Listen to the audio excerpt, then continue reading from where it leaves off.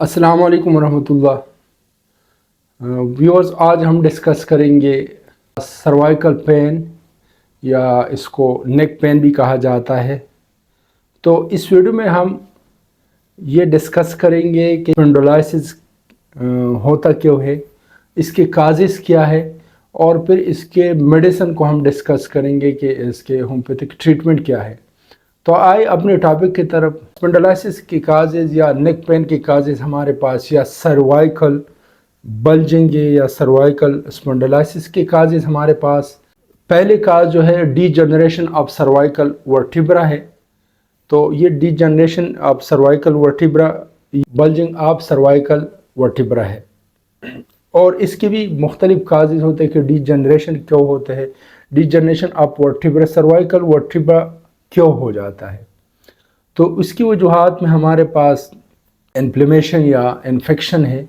और इन्फेक्शन में सबसे बड़ी काज जो हमारे पास है वो है ट्यूबरक्लोसिस, बोन ट्यूबरक्लोसिस है। इसके अलावा चोट ज़ख़म का आ जाना भी है, चोट का भी लगना।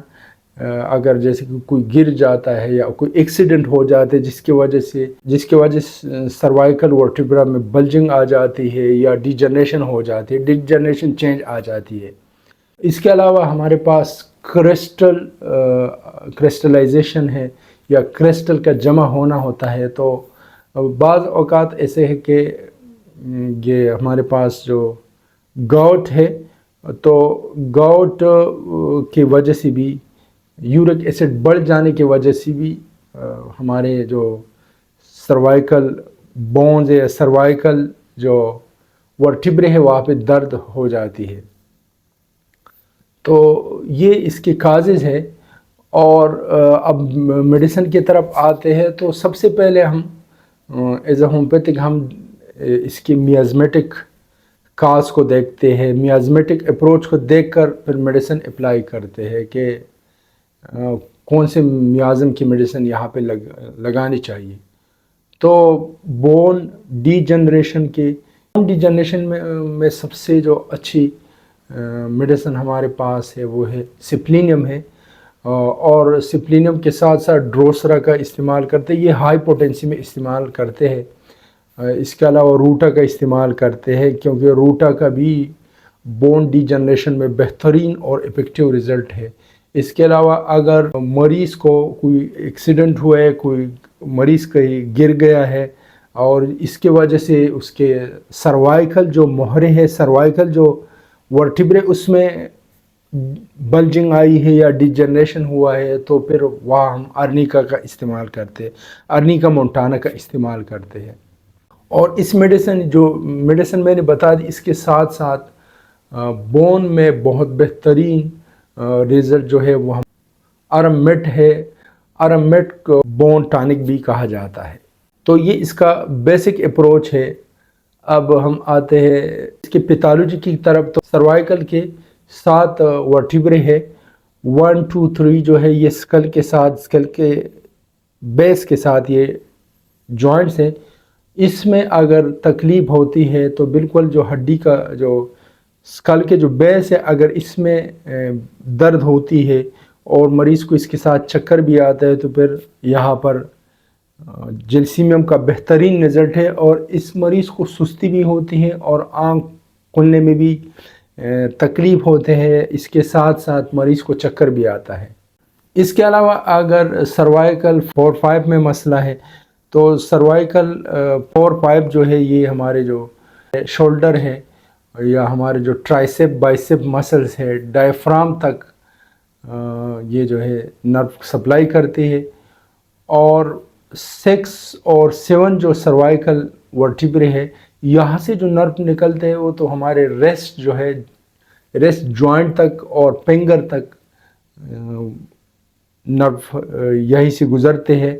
तो अगर आपके रेस्ट में या रेस्ट जॉइंट में या फिंगर में पेन होता है, तो फिर यहाँ पर मेडिसिन मुख्तलिफ होती है। और पाइप में अगर डीजनरेशन हुई है तो यहाँ पर कोकलेस बेहतरीन मेडिसिन है।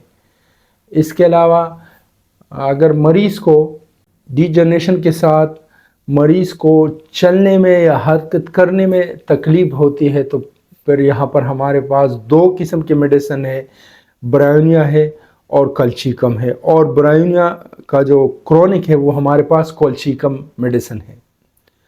اگر مریض کو ڈی جنریشن کے ساتھ یا ورٹیبرا کے اندر انفلیمیشن ہے، اس کے ساتھ ساتھ مریض کو بیٹھنے سے یا لیٹنے سے تکلیف ہوتے ہے، تو یہاں پر ہمارے پاس میڈیسن آتے ہیں ریسٹوکس اور روٹا۔ تو ریسٹوکس اور روٹا کا استعمال کرنے سے بھی آپ کے جو سروائیکل اسپونڈلائسس ہے، تو روٹا اور ریسٹوکس دینے سے علامات ٹھیک ہوتے ہیں۔ پھر یہاں پر اور دو میڈیسن ہمارے پاس ہے، فاسفورس اور سیلیشیا۔ تو اگر ڈی جنریشن چینج ہوا ہے اور ہم نے سپلینیم کا استعمال کیا، ڈروسرا کا استعمال کر دیا، پھر یہاں پر اگر مریض کی موڈیلیٹیز گرمائش سے بڑھ جاتی ہے، نمنس بھی ہے، درد بھی ہے، پین بھی ہے، لیکن مریض کو گرمائش سے تکلیف ہوتی ہے اور مریض کو گرمی لگ جاتی ہے، تو یہاں پر ہمارے پاس بہترین میڈیسن ہے فاسفورس۔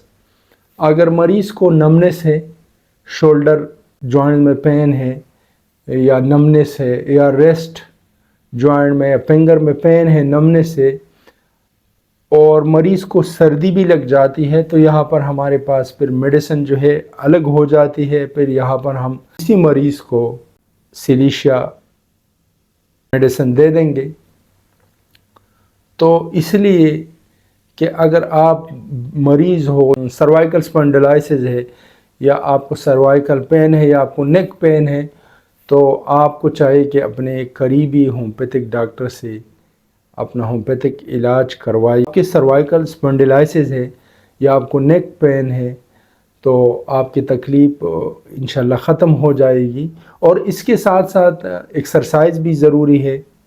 کچھ ایکسرسائز ہے وہ اگر آپ کرو گے دوائی کے ساتھ ساتھ، تو انشاءاللہ آپ کی جو تکلیف ہے یہ ختم ہو جائے گی۔ امید ہے آپ کو ویڈیو سمجھ آ گئی ہوگی۔